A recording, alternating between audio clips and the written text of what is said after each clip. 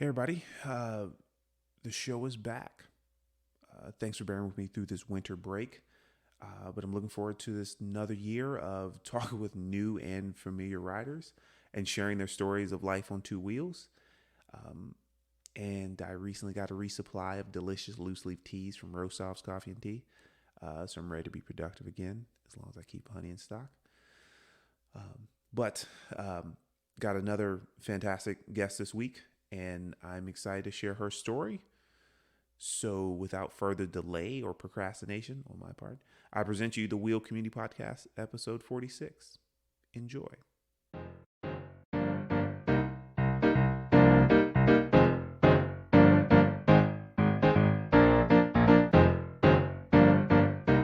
So now this is recording. Okay. Welcome, and who are you? My name is Addie Johnson. Okay. Do you have a middle name, Addie? My actual name is Mary Adelaide Johnson. Oh, okay. How long have you gone by Addie? Is this forever? Forever. My parents named both me and my twin brother for our middle names. Really? So okay. Hart's name is Thomas Hart Johnson, but he goes by Hart. Okay. Welcome. Thank you for coming. And when was the last time you rode? Did you ride this morning? Not this morning, on Monday morning. So. Okay. What is the roll call? Did you do the roll call ride, or did you just ride somewhere? No, actually, so there's a new lady in the group. Her name is Margot, and she's getting into gravel riding. Yes. And David just let her borrow his gravel bike to do a little kind of gravel 101 introduction adventure. And we had a really fun time. It was really cold on Monday morning. It was like 29 real feel. But Margot was a superstar and rocked it, and she loved it. And she bought a bike the next day. So I was chatting with her about that, and I saw that she was debating doing the Outpost ride this weekend. And I was like, that might be a bit much as they're trying to do a brand new bike, just got a gravel bike. But we'll see. Either way, how did you get into riding? Let's go with the big question. It's a great question because my parents have always had bikes when we were younger. We kind of rode around the neighborhood a little bit when I was a child, but I really got into actually biking when I was I think in high school, just about, where I had two of my teachers were getting into triathlons. Okay. And I was really inspired to try one also. Okay.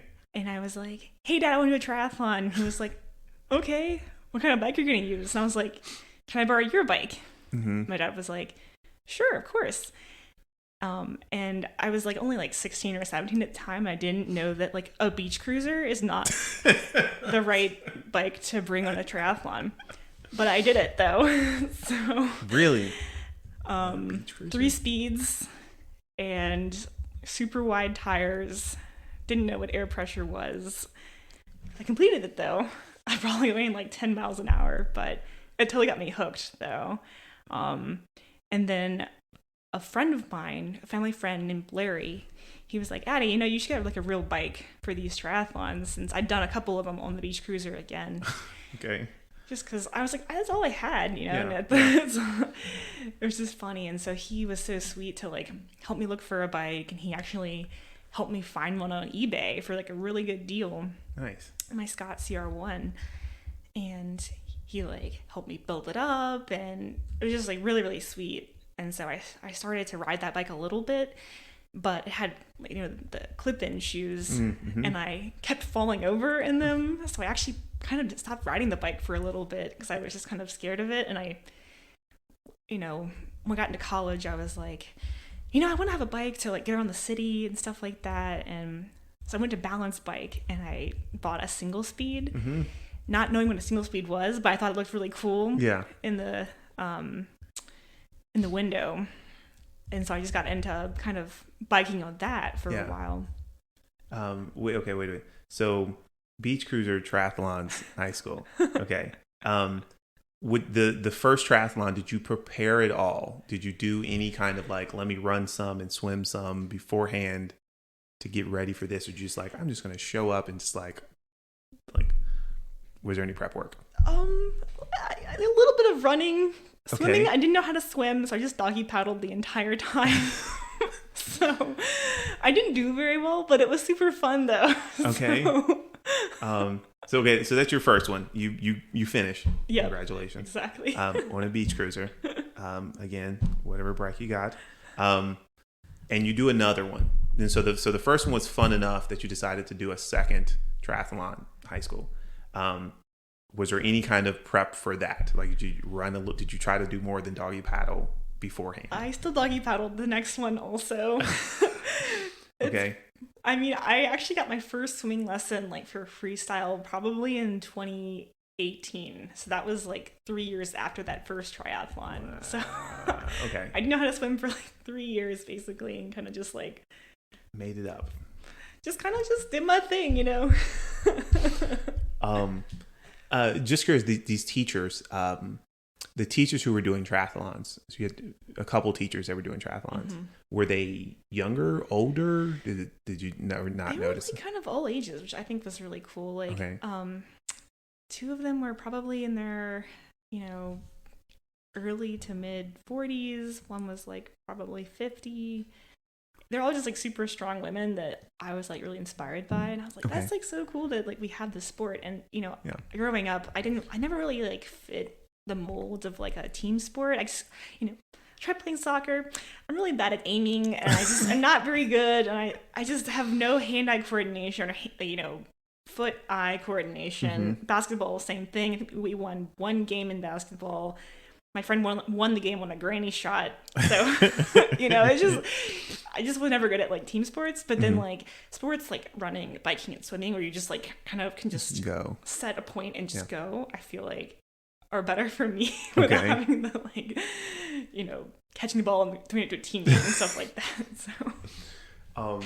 So the triathlons are happening in high school, beach cruiser, and are these like local triathlons? Are you like going somewhere? They're local. Yep. Okay. So back in the day, there was this series called the Pink Power Triathlon. I've heard of this. Which is an all-women triathlon. Mm-hmm. And it was just a great way to get involved in the sport.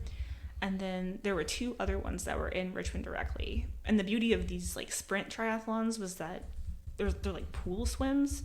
Okay, nice. So you don't have to swim in the open water. Which I was definitely very scared of at the time. I just didn't know how to swim very well. I could run a little bit, not very fast, but that was the comforting part for me. Just doing it was the fun part. Yeah. Okay. Are we like, how many people would participate? Are we like 50, a couple hundred? I'd say about 200 to 300 people. Yeah. It was a fairly large event. It was really cool. Nice. I really missed that series because it was such a great, like, empowering series for anyone who wanted to do a triathlon. Because, like, I feel like a sprint is just a great distance for anyone who just wants to try it and get their feet wet, literally in the pool. But I mean, it's just very accessible, I think. Okay, so triathlons, sprint triathlon, Pink Power. So you were doing it like just the Pink Power. There's Pink Power. There was Robust Landing, Richmond Rocks. They're all part of the series of Go to 11. I think it was called something like that. But, and then I kind of stopped for a little bit. I don't know what. I can't remember why I stopped for a year or two. It must have been just other stuff going on or something like that. But I got really into running and kind of biking on the side. But I started riding the single speed. Okay, right. Is in college. Yeah. So you got the single speed. And are you like just commuting from class? Are you like getting groceries? Are you just like all the things on the bike? Exactly. So I was like, just trying to get around school. Like I had this huge portfolio for art school that you had to drag around. It's like half a block, but it's like a 3 foot by maybe 2 feet or 3. It's like a very large portfolio. And I was trying to like just strap it onto my bike and get it across town because I just didn't want to walk it. But, there was this kind of group of, I would say, kind of informal cyclists that I was part of and joined with like the VCU outdoor program. And like DFL, which is like a dead freaking last. Yeah. So, I've heard of DFL. was kind of bike messenger crew. It was kind of fun, and I got into just like tootling around with them, the quickness crowd. So how'd you, like, you just were riding around and you just kind of saw some people riding and just kind of just like, hey guys, like, can we ride with you? Or yeah, just people in my, like, I think in my class at VCU, some people were like into biking and climbing. I was into climbing a little bit, and so I got into it through my friends and met a bunch of people through I wasn't actually a quickness messenger, but I had a lot of friends who were. Okay. So they got me into kind of the more grungy riding or something like that. But did you have any kind of cycling kit at this point? Now you're just riding in street, just no. whatever clothes you got. Okay. No street clothes. Okay. I didn't buy my first chamois or like my first I guess shorts until probably like 3 or 4 years ago, which is hilarious. Yeah. I rode in jeans or like just plain shorts or something like that. Okay. All right. So, which is fine. Clearly, everybody's riding experience and getting kit and all that kind of stuff, progresses in different speeds. But you're riding around the city, VCU, it wouldn't really make sense to get be in full kit. Exactly. Like you're riding from one side of the campus to the other. Or even across the city is probably not even make sense. So how long are you on the single speed? I owned it for, I want to say 5 years. Okay. 5 years. I just sold it to a friend 2 years ago. Okay. But I learned how to ride on that. I mean, I didn't know what a single speed was at the time. You just don't know these things. You don't know what a speed is. You don't know how to change gears. But I mean, I was like, why are these hills so hard? Going at Riverside Drive, I was like, yeah, wow, this is really weak. It's huge, these 10% or 5% climbs. What? Why am I walking up this hill? Yeah. So you were So you were exploring the area with friends occasionally. Exactly. It wasn't all just commuting from class. It was just kind of mostly just chill riding. Okay. So. Okay. So at some point you go from riding the single speed regularly to riding something else. Exactly. And what was next? So, I had a good friend who was actually a very good track cyclist named George. And George kind of inspired me to look into getting a geared bike. Okay. Because, I was like, I'm just kind of not doing well on these hills. I want to find something that I can really ride. And I wasn't really comfortable with the road bike that I already had because I was just kind of nervous about clipping in. I'd fallen off and kind of pancaked over before. It was, I was like, I got some gears, but I want flat pedals and, something a little bit easier potentially. So I was looking at used bikes and I found this amazing steel frame, geared bike. At the time, I thought it was a road bike. Okay. And, I was like, George, this is awesome. This is a really cool frame. It looks perfect. I've never seen a bike like this before. And he's like, oh yeah, it looks great. It looks perfect. And as I'm in my cycling career, you look back at this moment and you're like, this was actually a very pivotal moment in my cycling career because that bike was a steel frame gravel bike. It was a cross bike. Oh, okay. It's a very small scale frame builder called Civilian. Okay. And I had no idea how cool that was at the time either. I just thought, oh, it's a cool bike. Sweet. Yeah. But I ended up kind of riding that bike as if it was a road bike because I felt more comfortable riding it than the road bike. And my friend Maddie invited me to an outpost ride. I didn't know outpost really. I kind of been to the grocery store and stuff like that. Yeah. But she's like, oh, we're gonna have a road ride. It's 75 miles. You'll be fine. It'll be great. Wait. Okay. Okay. Because I've done some of these outpost rides. What had you done? What was the longest ride you'd done before? Do you recall? So actually, it was a century. Okay. I had done a century before. Okay. But it was a cap to cap. Was it the official cap to cap? It was the actual cap to cap ride. Oh, okay. And I had ridden that on my road bike. I had clipped in and fallen over on that bike like 6 miles in. So Okay. that bike, I was just kind of scared of it. And I totally forgot about that part about my cycling stuff. But it's all right. It's all right. It's all right. So okay, just because if you'd gone from like, oh, I just occasionally ride around the city to now I'm doing 75 miles in an outpost ride, which might involve like jumping fences and whatever, like not the best progression. But if you've done a century, some point in the future or the past rather, you had some long distance experience under your belt. Or I thought I did. I did. Thought you did. Okay. You think you do it these times. Yeah. Right? You look back and you're like, I was going like 11 miles an hour in that century.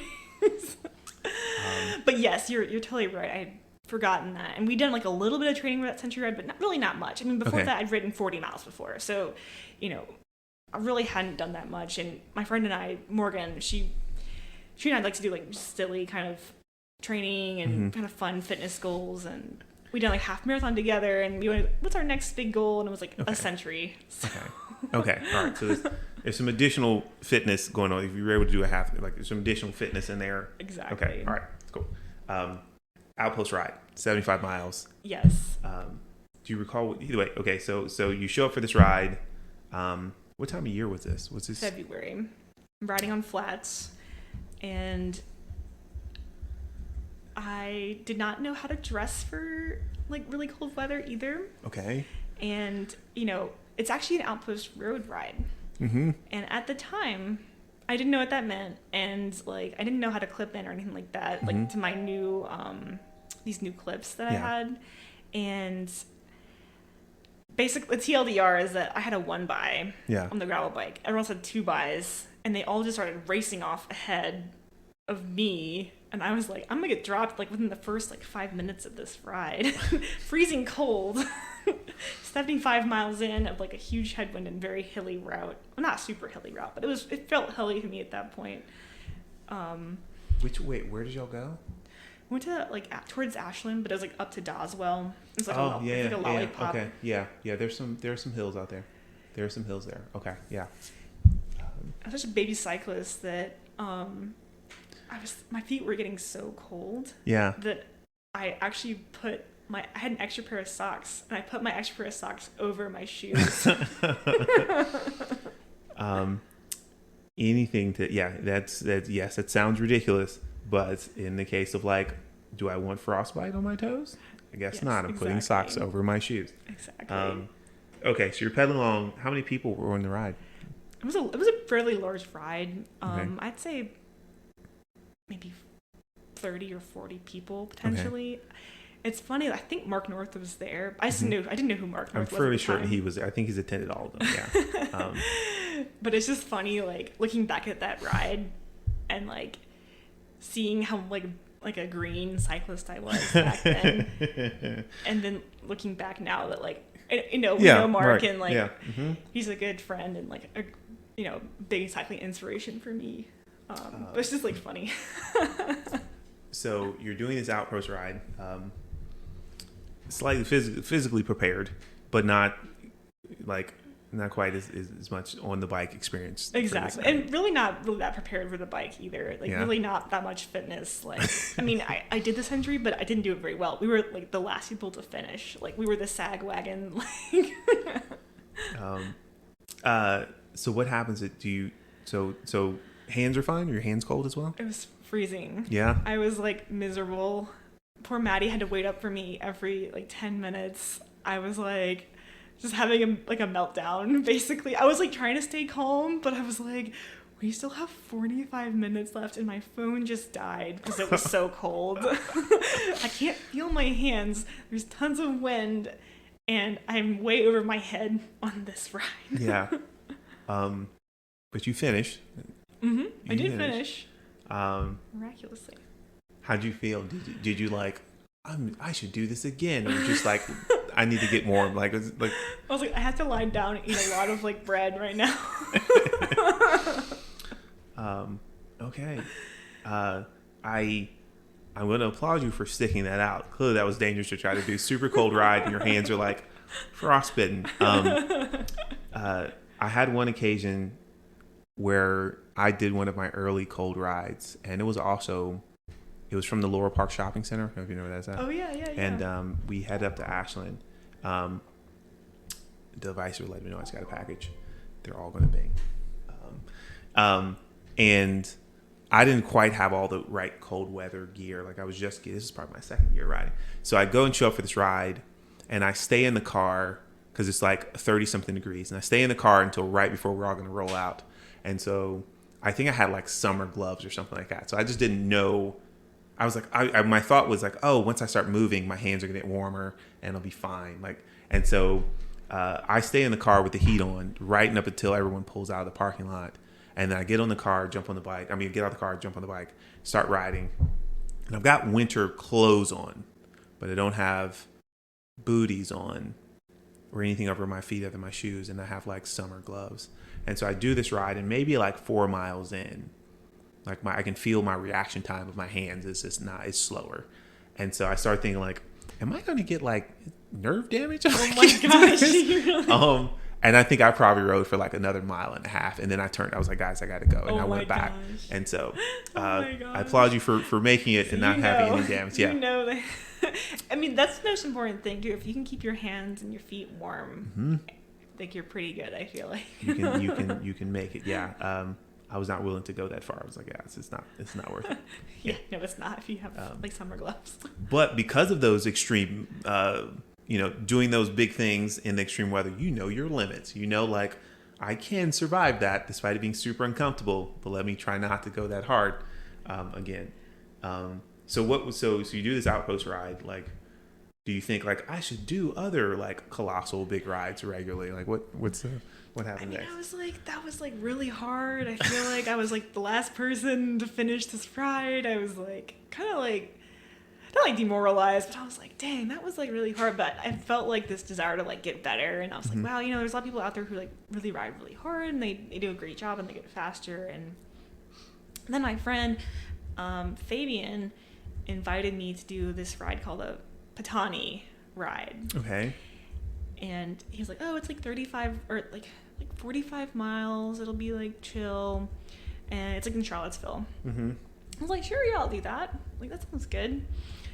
Me just up down. That sounds fun. Like Charlottesville, I've never been out to Charlottesville to ride my bike before. We get out there. And I did not know what a Patani ride was. But apparently it was this extremely difficult gravel climb. Okay. That goes up Simmons Gap. I'm not familiar with Simmons Gap. Okay. And I get into this ride, like we're just kind of chilling, like I have my flat pedals on and my little slicks, and on this like steel frame gravel bike. Yeah. We're just pedaling. People are going really, really fast. And I'm like, why are they going so fast? It's just a ride. Like, chill, homie. Like what's going on? And people are like running like kind of like a race. And I see people like zooming up these roads, and it's like really hard to get up these climbs. And then all of a sudden we're like going into like gravel and dirt, and I was like, what are we doing? Why are we going to a gravel road? Like, why is this like part of the course? Yeah. And then like the climb starts. Yeah.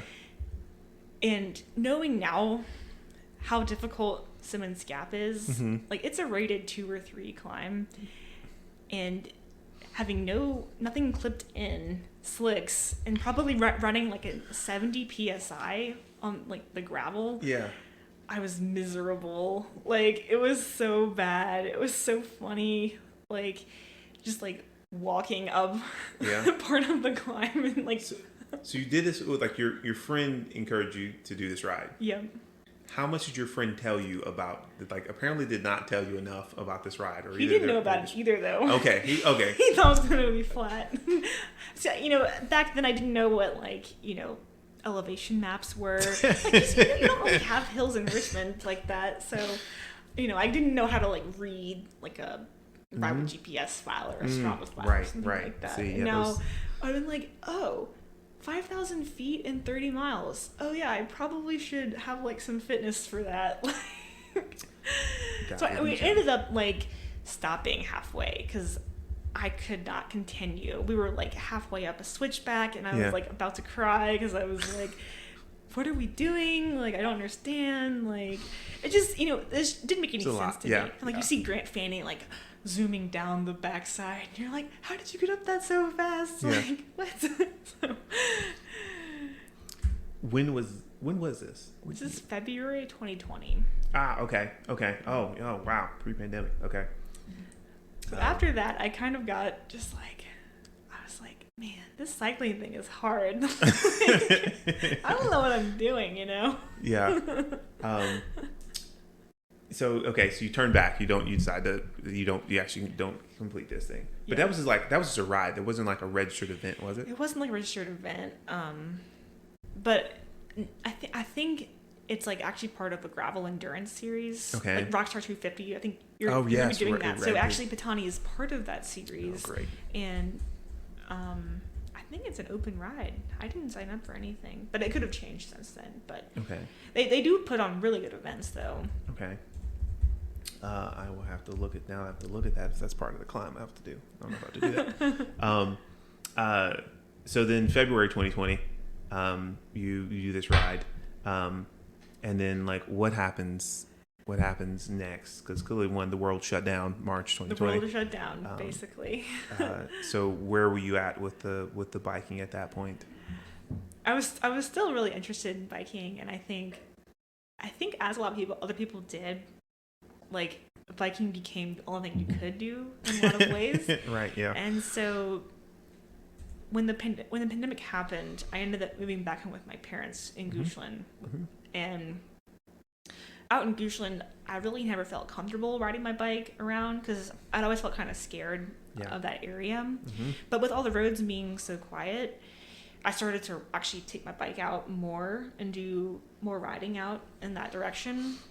And then I'm trying to think, I had a goal of just doing another century. I wanted to do it better. And I was like, I want to ride to, Jamestown area. I want to do the whole Capitol Trail, basically. Mm-hmm. And so I ended up doing my first solo century in that month. Nice. Because I was just like, I want to just like have this experience. And I want, it's just like your first century. It's like, you kind of just want to feel that like empowerment and like be able to say, I did this thing. Mm-hmm. And it was just like, at that time, it was like, what else is there to do besides ride your bike for 8 hours?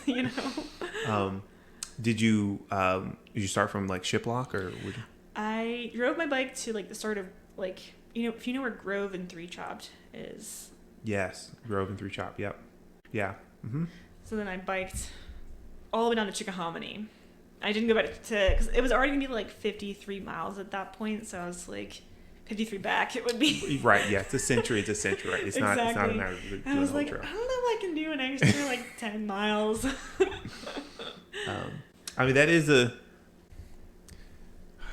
That's probably the tamer of if you're going to add a couple extra miles from Chickahominy to Jamestown, like that's probably the flattest.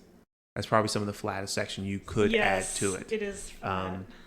Of course, because you've got to do the Richmond part, no matter how far you go. Exactly. So you do. So that's your second century. Second century. Okay.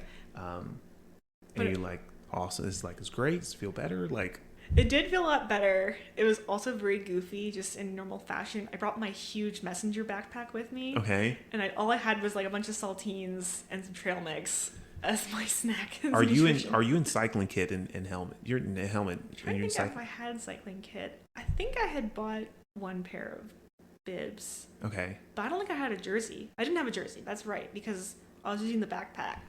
I didn't have a jersey, so I was like, I'll just put my bag with put me. everything in the backpack. Yeah. Not very aero of me. So okay, all right, because I want to talk about this progression here. Okay, you decide, I'm gonna do a century, and you figure out Grove Three Chop. You're gonna ride Chickahominy, 53 miles, come back. Did you think about when you were thinking about your snacks? Because I guess you put that all in the book bag. Mm-hmm, mm-hmm. Was there what'd you put in? What kind of snacks did you take with you? Saltines, which I put like peanut butter on.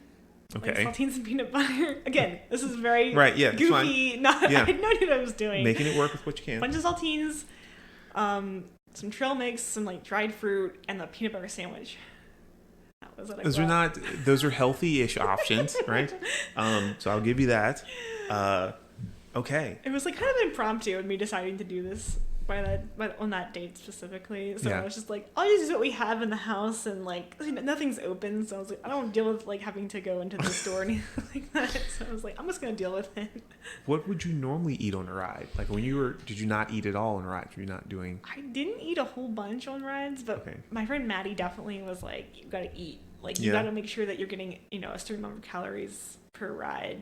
Like, of course now we all know, like, have your nutrition, have your good like electrolytes, gotta have certain carbohydrates and protein, like good mixture. But at that time I was like, I'll just eat whatever, it's fine. So your rides prior, you had like a water bottle? Did you even have a water bottle? Did have a water bottle. You had a water bottle with just water. Water. Just water. Okay. Yep. But that was working fine.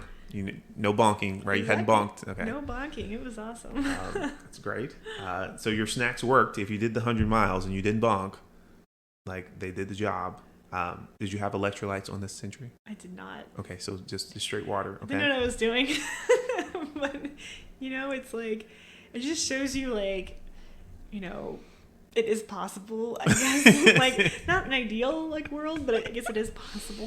Right. Yeah. You can do it. It can be done on water, right? It's just. I think it's individual, because some people sweat like lose a shit ton of electrolytes as they're sweating and whatnot. So like, you should definitely have some. And then others, like I have a friend of mine, Lucille, bless her heart. She'll take like a small bottle. You can see this small bottle with her on these Century rides and like barely drink out of it. And like, I don't think she sweats at all. She's just like a camel. And so she'll just take this water, and whenever we do our Century rides, and that's all she ever drinks is water. That's amazing. Yeah. I don't know what she's made of. So you did this impromptu Century ride. This is March 2020? March of 2020. March of 2020. Do you think about like, I want to do one again? Like, do you just like, I'm going to go back to doing riding? Like, no, I was like, I want to do one of these every month for the entire year 2020. Nice. So I did a Century every month in 2020. Nice. As a baby cyclist. And I was like, I want to do like really dumb centuries. So I was like, how can I make this as like stupid as possible? So I was like, okay, I know Richmond pretty well, done a couple of these bike rides a couple of times. I want to do Riverside Drive 4 times in a row. Okay. Oh, okay.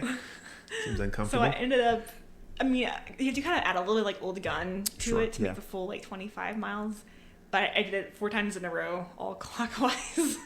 The Riverside Century. Yeah. Okay. Nice. It's actually a great century if you have like if you can like mentally handle it. Like for me, like the second lap, I was like, oh my gosh, what am I doing? This is so stupid. But it's great because you can like just stop wherever you want and just like, or you can where everything is. Right. Yeah. It's a great way to get like some elevation in and just like know where you are. I feel like that should be a thing. It's just a Riverside Century. Did you still have the backpack, or what was your snack plan for this thing? I'm trying to think about that. I think I had the backpack also for that ride. God. No, actually what I did, this is even more stupid. I left my car like at that same parking spot, and I just came back every 25 miles to get to the car and refueled. I mean, that's not a terrible plan. But I'm thinking like the distance. So it means like if you don't take anything, that means you have to wait, right? Unless you stop somewhere for 25 miles to get a snack again. So yes, not the best plan. Yeah. But you know that now. I know it now. I think I might have brought a couple snacks with me maybe. But I think after that century, I was like, okay, nutrition matters. Like, I probably should think about this more than an afterthought. Did you feel something different after doing this one? Did this one feel more arduous and you were like, oh yeah, I don't think I ate enough? Definitely. Yeah. I mean, it was just a lot more elevation because, Riverside Drive, it has a little bit more elevation than like the Capitol Trail. So it was just like I was like, oh man, this elevation does impact your effort and like how much you feel like tired afterwards. That's great. But another lesson, like the elevation actually matters, because apparently it didn't stick with you at the Patani ride. Exactly. Yeah. Okay, so what were the centuries that you did? Like, did you recall the dumb centuries that you did? The other like really stupid one that I did that I can remember right now is 100 miles in my neighborhood. And it was like, it's like a 5-mile total, or maybe 6 miles total in the neighborhood of roads. Yeah. In my parents' neighborhood. And I really started it because of a joke with my mom. Because she was like, you can go, just don't leave the neighborhood. And I was like, how far can I go without leaving the neighborhood? So I just went up, out and back and out and back, and like these like loops and loops and loops and loops and loops. And the map is hilarious because it's just like out and back, out and back, out and back, like a gazillion times. I was like, what am I doing? Were you hitting like a stop sign? Were you able to just like keep moving? Or were you hitting like a stop sign? There were some stop signs. So it was like a very slow century. But again, like pandemics, you're like, I don't know what I'm going to do with my time. Yeah. Okay. We'll call that the neighborhood century. Oh my God.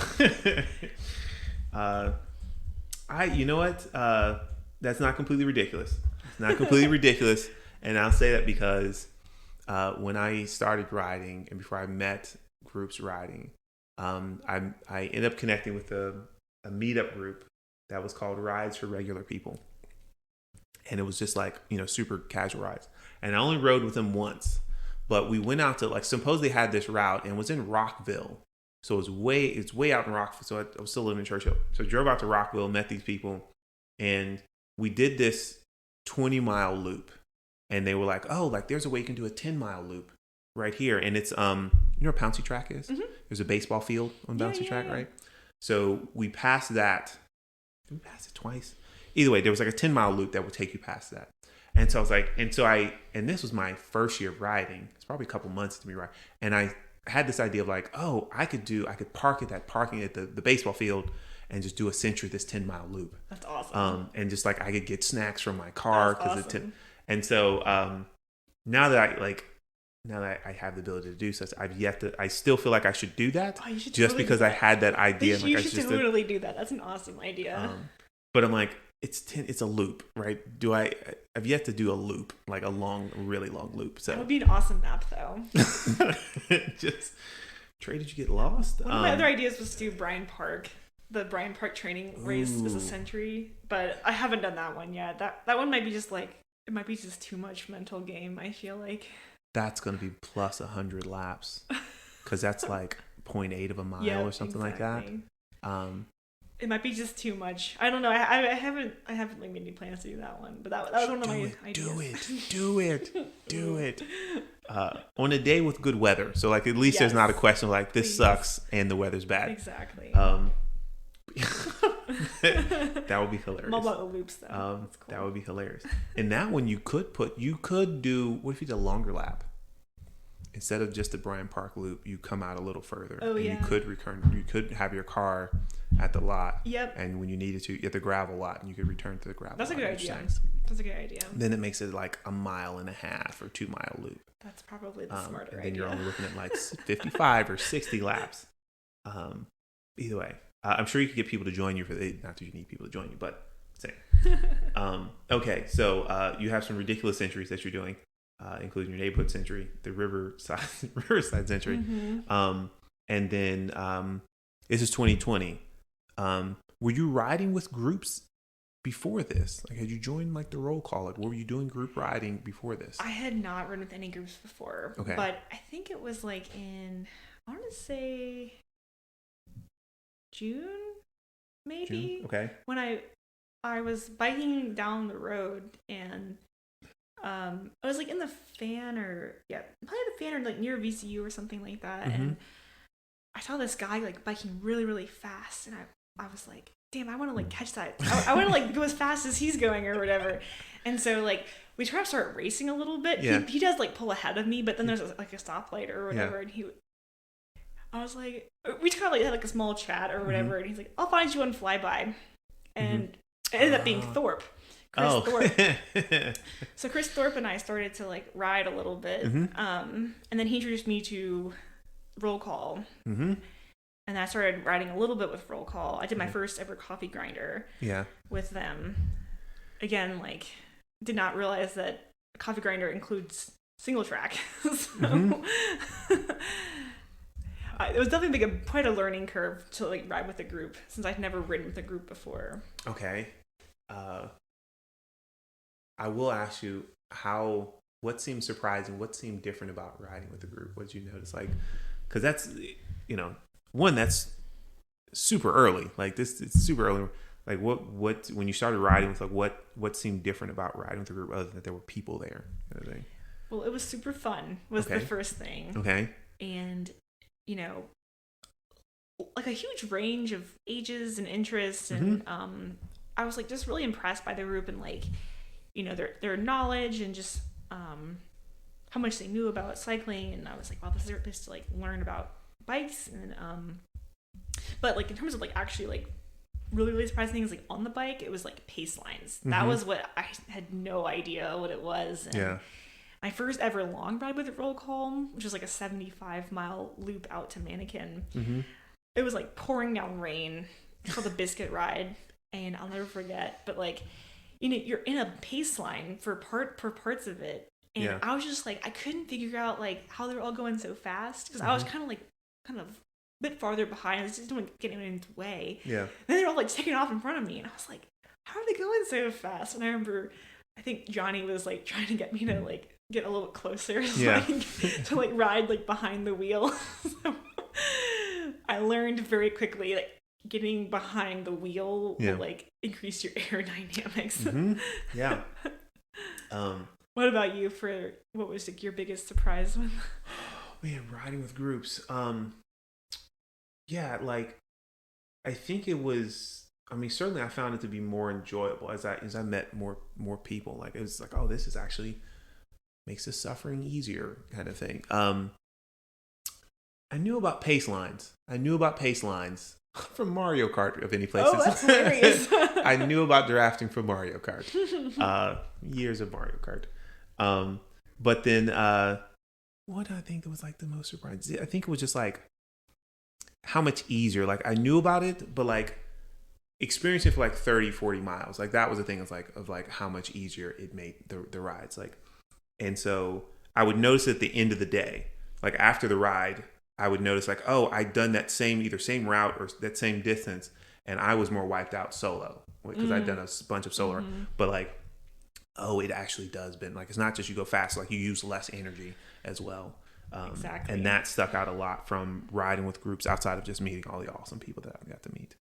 But I thought I'd ask like, what did you notice about riding? Because pace lining, when you're not familiar with it, can be concerning. Like I've got to ride close to this person I've not ridden with before. Like I don't know their etiquette. Like, so I'm assuming you figured it out by now. Exactly. Okay. All right. So you start riding with roll call. Had you ridden that early before? I have to ask. Like 5:45. It's early. So had you ridden that early before? I'm trying to think. Was there ever a question of like, should I be doing this early? I know. Yes, definitely. I mean, if I'd ever ridden that early before, it was like probably go to work or like, I mean, not really, but like just very like off chance. But like to have a group ride at 5:45, that was definitely like a shock. And like I was in Goochland still at the time, so like I would have to drive in and to get up game at like 4:30 or 4:45. To get up for those rides was always like, oh my gosh, like it's just a really early night.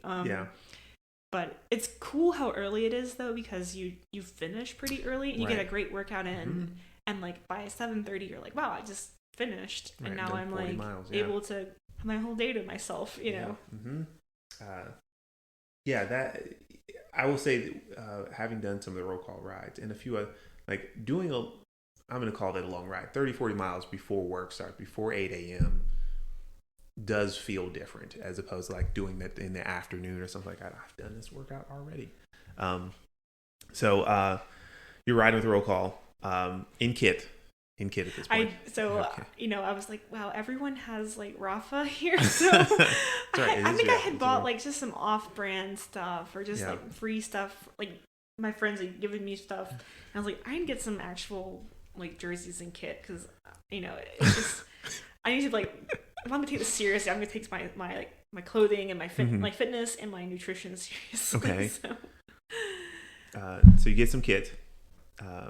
And who do you go with? Do you recall what brand you kind of went with first? I think Lee Cole. Lee Cole was my first like New Jersey, nice like kit. Yeah, okay. Stuff like that. And then I went to Rafa because I just tried it just to try it, and then I was like, this is actually like really really good quality, and I've had it for so long now that it hasn't like degraded in quality at all. Nice. Did you immediately start using the pockets? You start putting stuff in the pockets? Oh yes, definitely. That was a big win. I was like, oh, that's why they wear these these silly outfits. Like, getting used to silly outfits. I mean, it's a guy. It's not the normal to be wearing the super tight, colorful outfits on a regular basis. So yes, definitely the silly outfits. So you're wearing the kit. You're riding the roll call. And then this is still 2020, right? First rides with still roll call. 2020. Okay. Did they convince you to do some? You did the biscuit ride. When did you do the biscuit ride with them? That was in 2020, like I think in August 2020. Okay, so that was my first big ride with them. Okay. And again, like that was another like big wake up call for me that like I got my fitness straight. Like they were like really kind of wait up for me, but I was like definitely getting dropped at the end of that because I was just like I just didn't have a baseline for like what like a mile per hour would be for that kind of ride. Yeah. And so I was like, okay, I gotta like really, get better at this. Like, so, but I mean, like riding with Thorpe and like with the whole team and like group, I definitely got better. Okay. Just like from riding picnic or coffee grinder and stuff like that. So it definitely helped me just like feel more confident in like bike handling and just like overall fitness. Okay. I know there was a through the night ride at some point, right? When does that one happen? So that is really recent. Yeah. So I've done 2 double centuries now. Okay. And the first one was with Sam. Okay. And we hadn't really planned to do a double century that day. Yeah, as people do. Yeah.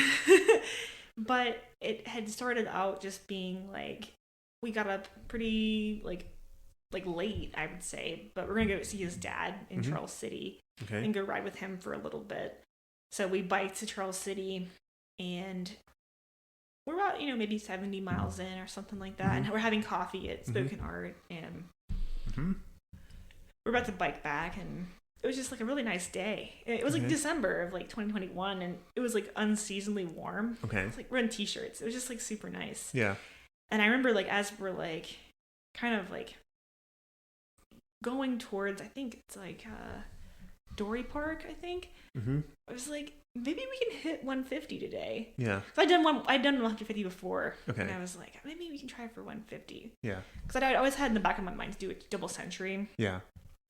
And I was like, that'd be awesome to just get like some good mileage in. But it ended up being that as we got closer to home and like I was like, let's do a Riverside Loop or whatever. We did an extra one, and it was like we're probably at mile like 140 at that point. Yeah. And I was like, oh my gosh, this is such a terrible idea. It's like 8 p.m. We're going out right now just to like ride a stupid little riding loop on the river. But then we like ended up keeping going, and I was like, what if we actually could hit 200 right now? Okay, wait. Are you running a dynamo? Like, are you just like without a light? Like, how? No, we had lights, thankfully. Okay. How long did these lights last? Like, so we went back home and charged everything. Okay. So okay. All right. Okay. It was just dark at 8 p.m. Okay. And we had gone home and charged lights, and then gotten extra. We had extra pairs of lights and stuff like that. Oh, nice. Okay. Okay. And then we went back out like later in the evening. So you do the 200, which is a shit ton of miles. It was it was really hard. Did you what did you eat after this? Like after you were finished, did you just like immediately go home and go sleep? Did you like eat like? We just passed out. I couldn't think about eating anything. I was like, because I was like, we were pedaling just to like hit the 200, like around the stadium. We did like Riverside Drive like 3 times just to try to get the miles just to get the distance. Yeah. And we were just like so like delirious at that point. I was like, I'm going to bed right now. I would imagine, yes. That's a lot of riding, and particularly to add loops. Exactly. Into that. Exactly. Okay. So that was the first double. That was the first double. Okay. How'd the second one come about? The second double is very interesting because Tim Kelly and Mark North posted in the Signal thread for roll call. Is anyone interested in doing a Randoneering ride, 24-hour Randoneering ride? And I was like, not really, but maybe. Like, I was like, what would that look like? And so I reached out to Tim. I asked Sam first, and I was like, hey, what do you think about doing this? And he was like, maybe. What's more information? And reached out to Tim, because we'd ridden with Tim and Mark before. And I knew that like Mark had done a ton of like really long rides like that, and so had Tim. Tim and Mark both are just like excellent, just long distance endurance athletes. And we just kind of figured out like more about like what is Randoneering, like what's the sport, and learned a lot more about like the history behind it. And then we're like, let's just do it. Like, let's do this like 230 miles. But it's called a flèche, which means arrow in French, or flèche. I can't remember what it's called, but the whole point is to ride in a line that's like, you hit these waypoints called stops, or shoot, I'm like blanking on the name. I interviewed the guy, and he talked about these stops. So either way, yes, we know that there's Randoneering stops. Did you have a card? You take a stop and you have a card, basically. Okay, and then Tim would take a selfie every stop we would do. Control. Yeah. Okay. And so we would stop, and like Tim had done a great job of like marking on a big spreadsheet about like timing, like how we could time each control. Okay. Because the whole point of the ride is that you have to fill up 24 hours, or at least like 22 hours. Okay. And so you can't just like gun it and like go with like in a 10-hour ride. And so Tim had really, really strategically put these like controls and areas, and we'd wait for a certain amount of time. And my gosh, that was like definitely the hardest ride of my entire life. Yeah. It was. I mean, the weather made it really, really challenging because you had to bring everything from like, it could be like 60 degrees in the midday, but then as it started getting later and later, it got to like 30 degrees or maybe 35 or something like that. So we brought these huge like bike packing tail bags, or saddle bags, I should say, or seat packs. Yeah.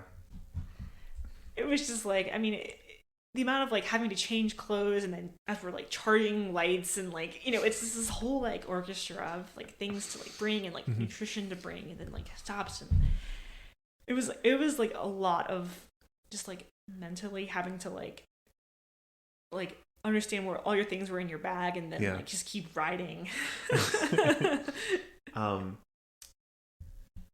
How did it feel? Like, were you just like, I'm done? Were you like, it's like 120 miles in this thing, it's like, I'm done? Or was it like, once you finished, did you like, I'm so glad it's over? Like, how were the feels as you were going through this super long ride with coordinating the stops and then having to change because the weather's changing? Like, I think my first cracking point was like, as it was like getting dark for the evening. It was like, 7 p.m., something like that. And I was like, oh my gosh, it's getting dark. Yeah. We're going to keep riding for another 12 hours of this. It was just like mentally like, oh my gosh. Like, and then like, we were riding these kind of like more hilly sections. So it became more challenging, especially with the extra weight of the seat pack on the back. Oh yeah. Yeah. And then we hit Warrenton, which is like a good halfway-ish point. Or not, a little bit over halfway, actually. We got a really good meal in us, which is like very much like a good mood booster. Yeah. But then like, you're like, oh my gosh, I have, well, maybe that was mile like 120 or something like that. I don't remember. It was just like early enough that we had a lot left to go and a lot of hills to go. Yeah. And I mean, the miles from like, I'd say like 130 to like 180. Yeah. That was like the most I've ever like nearly cracked, or like Yeah. I did crack in that. Like, I think I cried at least twice. I think it was just like, well, you're just like so tired. You're so delirious. You know. And so wait, you, Mark, North, Tim Kelly, Sam Yep, went. Okay. The four of us. It was a really good group. I mean, I'm really grateful to have gone with them because, like, again, Mark and Tim are like two of my big cycling like inspirations, and of course Samuel is Samuel, and you know, Tim and Mark are just super experienced with these kinds of situations, and like they know what to do, and like it was just like very comforting riding with them because Tim has like amazing stories for everything. he's hilarious, and Mark is just like such a good dude, and like they both have just like great stories, and they're just good vibes all around. So awesome. I suppose because clearly suffering with people is less suffering. Exactly. But also, you know, it's good to have, you know, some good supportive people and experienced people, right? It'd be different if like none of y'all had done this distance, you didn't know where the hell you were going, but with all that extra planning, I suppose that probably helped with keeping the panic down a little. Yes, exactly.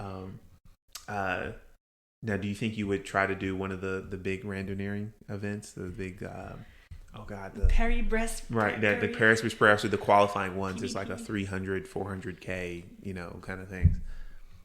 I'm interested. Okay. It's a big qualification process. Yeah. And Mark and Tim have done a 1200K, Mason Dixon, which looked awesome. Like, that's amazing, but that's a lot of mileage in couple days. Like, I think it was like they were averaging like 200 miles a day, something like that for 3 days.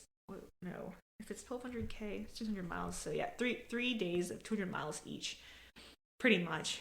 That's a lot. And I was like, I mean, after that, like the other 200 route, I was like, I cannot imagine getting back up in 4 hours from now, and then doing it all over again. Yeah. No, that would be rough. That would be really super rough. But yeah, I know Mark has done it. You know, and he's gone. He plans to go back and do more of them. Yeah, I mean, I would be definitely like curious. I think that like Tim and Mark and I and Sam want to like try to do the flush again. We're thinking and doing it like we've learned a lot from that ride and like how to do it again like differently this year. And just like for me, my biggest thing again is just like nutrition. Like if I can eat enough and like keep it down, that's the most important thing. Good. Yeah, nutrition is important. I hope you clearly seem to have learned that now. So hopefully that's been dialed in a bit more.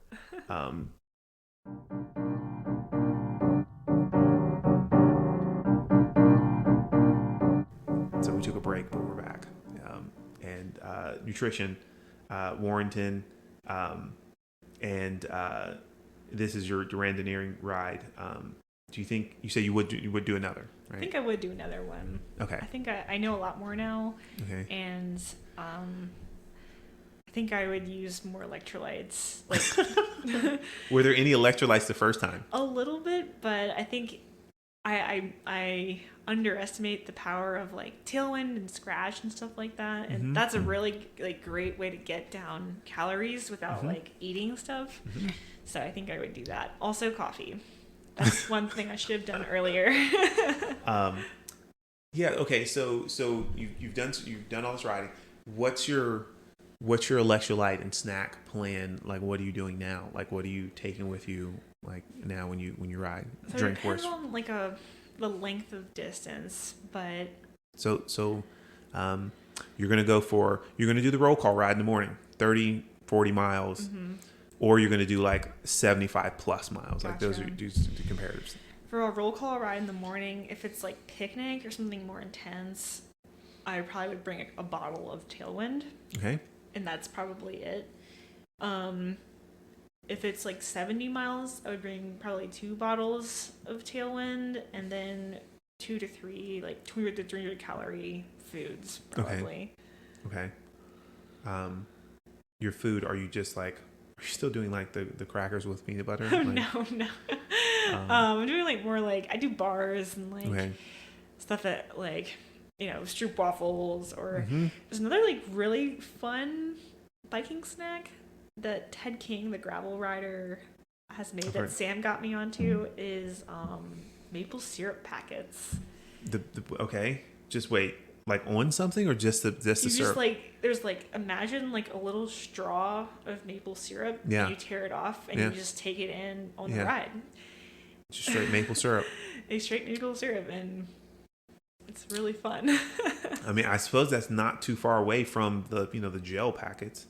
It's carbs. It's really good though, because for me, like the gels, I can't always digest them because they're kind of artificial and stuff like that. I cramp up. But the maple syrup's really fun because it just tastes really good. It is like, it's more like palatable, I feel like. People figured that out, the decades, centuries, and millennia ago. Maple syrup, it works. Okay, all right. Maple syrup packets. You've done you might do some randonneuring, right? You understand your nutrition better. I think we skipped around here because we went from like you joined the roll call rides and then you did then I asked you about the overnight ride. How were you charging your headlights? You just had like a battery pack, like because y'all were doing this ride with. We had to buy 4 external battery packs. Really? So there were these huge, not huge, but they were fairly hefty, like squares basically that you charged previously, and then you have like 5 different wires into them. So. Okay. Because I have a light, and it comes with an external battery, this Lexine super bright light. And so I always thought about like doing the long rides, like if you're doing a dynamo, or whether you apparently use battery packs. I would totally use a dynamo for another ride like that. Mark is very smart to do that. I think Tim might have one too, but I think that's definitely the move if you're going to be doing like a long race, like Unbound or something like that. If you're racing, like what I guess Thorpe did the 300 this year, you really are not going to be able to have a lot of time to sit down and charge things. Yeah. Like, they're just going straight. Yeah. Like, there's no resting. I feel like. Okay. What's next? Do you have other big dumb rides planned? I think my dream, what's next, that might not be like feasible for me, is like a half Ironman or an Ironman triathlon. Okay. I've only done sprints, but that's like kind of the last big thing I haven't done off my list. Like, so Sam and I did the Belgian Waffle gravel century this past year and last year, and that was like one of my big goals, is to do a gravel century. Nice. Okay. But I think a Ironman would be the next feasible goal. The problem with that for me is the running. I used to be a big runner, was training for half marathons and marathons, and then I got really injured doing that, and so I went more to cycling anyways. Injured in the training? Injured in training with running. I just kind of blew out my knee one day. Okay. Yeah, but I can swim and I can bike the distance. So I've been competing mostly in the aqua bikes this past year on this sprint distances, which has been really fun. I've gotten Sam into it too, so he's crushing it. So nice. Well, I suppose, and I think I told this to a friend of mine. His wife was going to train. I think she's done some Ironmans, and he was thinking about doing one with her, and he hasn't before. And I was like, well, you'll find out in the training, like if running long distance is a thing you can do. And I suppose that would be the same applies here. You might find it's just fine, and I think you would learn that in the training.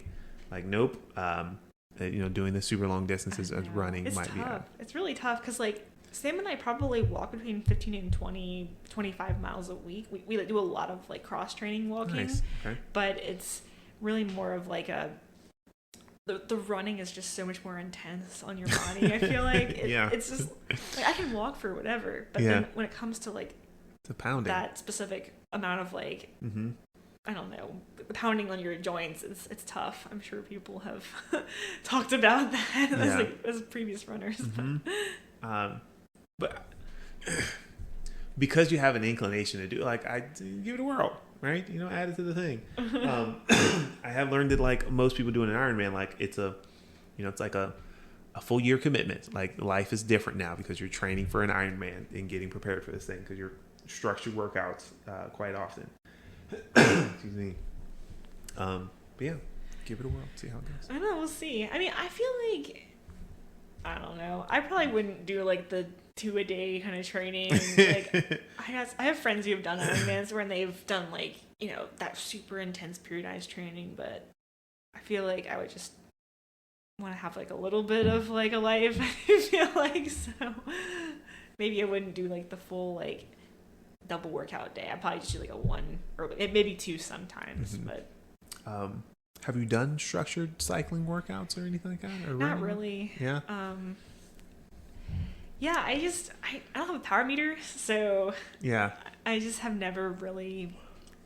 Mm-hmm. I guess like all the workouts I've seen from certain coaches require a power meter, and yeah. I haven't put the time into getting one yet. Yeah. They that's when they shine, is when you're like trying to figure out like how much more effort you need to put in doing structured workouts. So they're useful. Do you do structured training? No, I do not structure. Oh no, I'm lying. I have a power meter. I don't do any structured cycling workouts. I do find that running workouts have been beneficial. So I will run on the treadmill in structured kind of, intervals, that kind of thing. And I found that to be extremely beneficial. But when I get on the bike, I usually almost always want to enjoy the ride, even if it's going to be hard. And so it's that much more of a hurdle for me, like to do I've done like 3 structured workouts ever on the bike. And I just tend to not think about doing them. I'm just like, I'll just ride hard and I'll ride further to kind of stay in shape kind of thing. No, that's how I feel too. It's just like, it makes it more joyful to ride when you want to ride. And I think riding in a group, you can get kind of the same benefits from it too. Mm-hmm. Like just having people to push you. Mm-hmm. It's pretty effective. But there are coaches.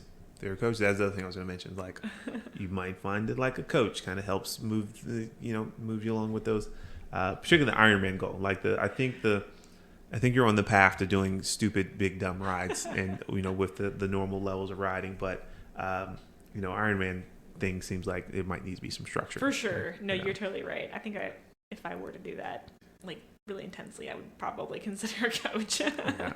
That's a good point. How does your family feel about all the riding that you're doing? They used to be like, my parents were like, you're going for how many miles? But now they're just like, oh, they're just going off and they're the biking thing. So. Yeah. Do you have non-biking friends? I assume some of your friends still don't. Okay. Yeah. Okay. Yep. Did you tell them when you started doing, the bigger rides, did you start telling your non-biking friends about the rides and things like that? It was like, I don't understand. It was like, oh, that's awesome. Like how, like, were you telling your non-cycling family members and friends like about your riding? I feel like they're really supportive. I feel like because finding something like cycling is so important for so many reasons. I think it's just such a great sport because it's a wonderful like release for like your mental health and like your fitness and just overall socialization. So I think everyone supports it that I've talked to. So I'm really grateful that my family likes it too. I mean, my parents don't really bike or anything like that, but they definitely support me in the endeavor of cycling. Oh, good. That'd be concerning if someone was like, "No, you shouldn't be doing it. Like this is terrible." Like, I know. So I'm glad that they are supportive of you, making a healthy activity, because clearly there could be worse for pastimes. Taking up 9 hours of your day regularly. Okay. I have some one-offs in here. Why do you keep riding? Why do you keep doing this? Peer pressure? No, yes. To drink a lot of good coffee and eat pastries after a ride.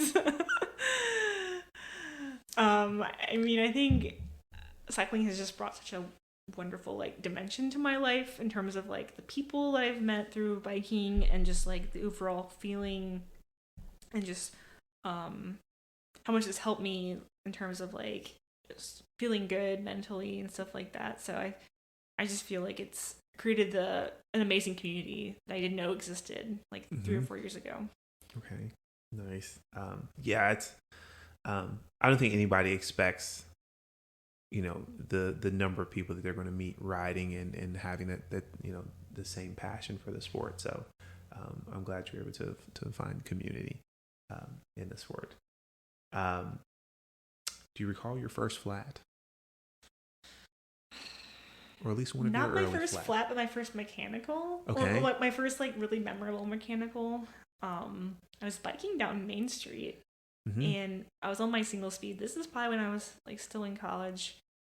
And there was a car coming out on the right kind of fast, and I kind of slid right a little bit to kind of brake. But then as I was like trying to pedal again, I realized that I was like pedaling and like nothing was happening, and I was like, what in the world? I looked down all of a sudden, and then I realized my chain is falling off, and then all of a sudden I'm also falling off the bike. Yeah. And I like totally pancake over. Yeah. And the pedal like makes contact with my shin. And it was probably one of like the deepest wounds it is the deepest wound I've ever had. It was like probably like 3 inches deep. It was a very large pedal shaped wound. So I had to like figure out how to like, you know, I was like, what do I do right now? I can't really walk. Like, to call an Uber to the ER or something. Like, but I ended up just calling my friend Lauren and being like, hey, can you bring me to patient first? I need stitches. Aw. So I learned that, you know, having your chain on and keeping that on is like really important. You can't keep pedaling if your chain is falling off. The chain on the bike is good. It does give you forward momentum. Okay, so that's an accident. Do you have a bike computer? I do. You use Strava. Yeah. I have. I bought friend's Garmin 520s, or no, sorry. I got a Garmin Instinct and a Garmin 520 that I sold, and then now I have a Wahoo. And the Garmin Instinct is a watch, right? Yep, it's Garmin a watch. Okay. Yep. It's really cool. I really like it. It's good for running. I used to use it for biking too, but it's hard to do routing on it because you have to keep looking at your watch and stuff. But I'm really passionate about maps and like making cool like routes and maps, and Wahoo's awesome because you can look at the roads ahead of you. Yes. Yep. Do you have a Wahoo or are you Garmin? I am Garmin. I have a Garmin 1040. Oh, nice. Those are cool. It's fantastic. And my vision's not great. So I wanted to, so as soon as I found out about the 1030, I was like, yep, let me get the 1030 and got that one. And then the 1040 came out. I was like, let me get that one. So all the bells and whistles. Cause I can't see stuff. Have you taken your bike with you on your non-cycling vacations? We actually take mostly cycling vacations. Yeah. So, Sam and I have been really, really lucky to be able to go to a bunch of really cool places and brought our bikes. Nice. It's like California, Arizona, Minnesota. I'm trying to think of missing somewhere else. But, I mean, we love to create a destination and then like find some routes and cool coffee shops, and it's just been like super fun to explore an area with your bike. Yeah. So where's anywhere of those places you've been, I guess in the United States, that really stands out, like this place was awesome, I want to come back? Anywhere in California. Like we've biked up and down like a bunch of the coast of California. If you get a chance to go, you totally should do it because it's probably one of the most scenic rides, because on the left or on the right you can see the ocean. The other side is like these beautiful mountains, so it's like just this amazing like conflation of like earth and sky together. And the roads there are like, you know, really cycling friendly, and like there's some excellent climbing, and like we love Central Coast, like San Luis Obispo and Ventura, Santa Barbara, that area. Just really good cycling and biking lanes and good infrastructure.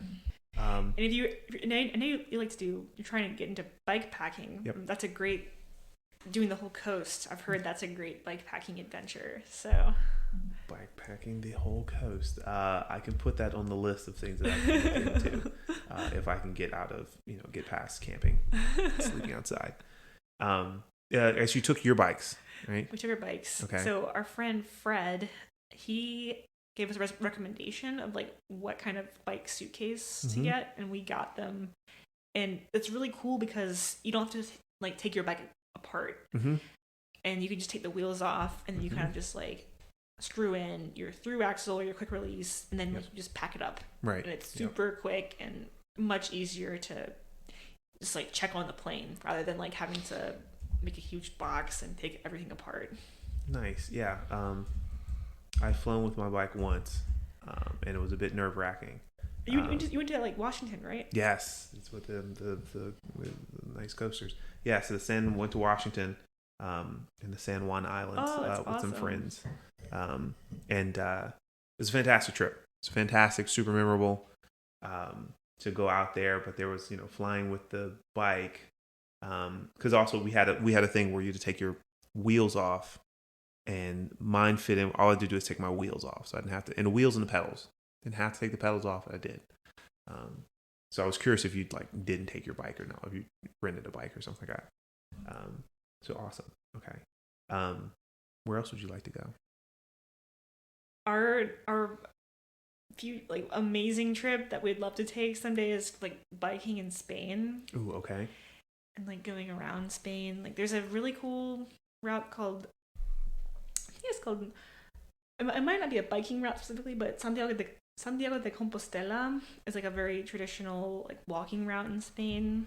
But there's just amazing roads apparently, and apparently like a lot of professional cyclists go out there to train. So yeah, I would love to find like a fully, like someone prepares the routes and everything for you, and like has like everything kind of mapped out. Because I mean, I speak Spanish, but I would be kind of nervous to like go to a country I don't know very well and like have to plan a route, and like if we're like going from place to place, I'd be like, I don't know, like that's safe or that road is safe or whatever. So. Yeah. I'm certain there are touring companies that would help facilitate that for you, and plotting it out and making sure you're on safe roads, not the sketchy places. Do you have any like dream vacation cycling adventure ideas or places you'd like to go? Right now, the bike packing is so prominent in my mind of going out, and I've seen thanks to YouTube, I've seen so many like cool videos of people going out to places and like it looks awesome, these great views. Internationally, no. There's thoughts of going to Colorado or somewhere just like I can like ride places and like see a lot of I won't say see a lot of land, but that's what I mean. So there's nowhere particular. I kind of will see something and be like, that seems cool. I'd like to try to ride there. But there's nothing yet that sticks out. The only other, and then there's like an event, the Grand Fondo New York event. Oh, I've heard about that. And so it's in May of each year, and there's actually events. There's Grand Fondo New York events like all over the world, but there's one in New York that they do, and they close the roads down, for what I understand, for you to do whatever the 100-mile thing. And you go up some mountain, you go up Bear Mountain and some other hills, but everyone wears the same kit, like you're on a race kind of thing. And so it seems a huge support. And it was one of the first events I'd ever read about, so I'm hoping I can do it someday. But it's like $250 to register, and that's like a lot to register for an event, particularly when I'm used to paying like $45 to register for an event. I know. That's kind of the problem with these like really large events these days, especially with these big gravel races and, or just big races in general, when like they're $250 a pop for like this race, and you're like, this is crazy. This is like it's like part of rent money right there. I will say, it's an event I plug quite often, is the Fibro Bike Tour, which is Five Borough Bike Tour of New York.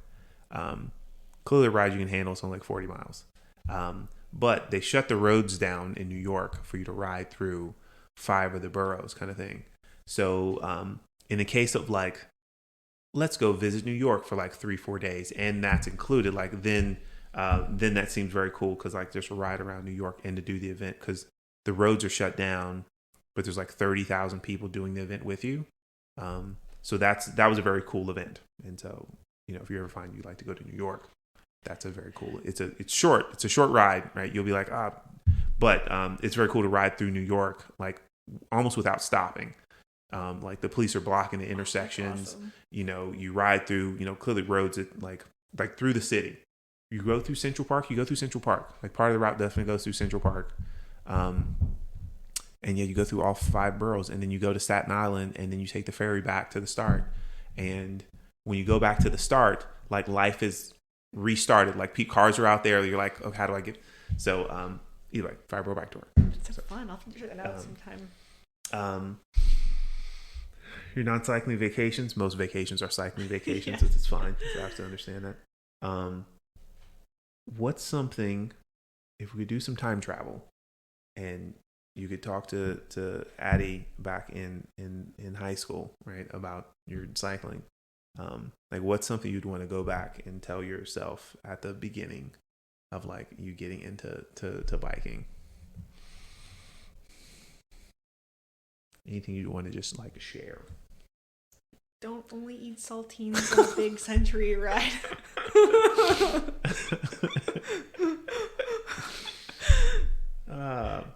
That would be useful advice. Don't just eat saltines. Or just have some electrolytes. That's my key to myself. Stay hydrated. No, really. More like, I feel like cycling is like,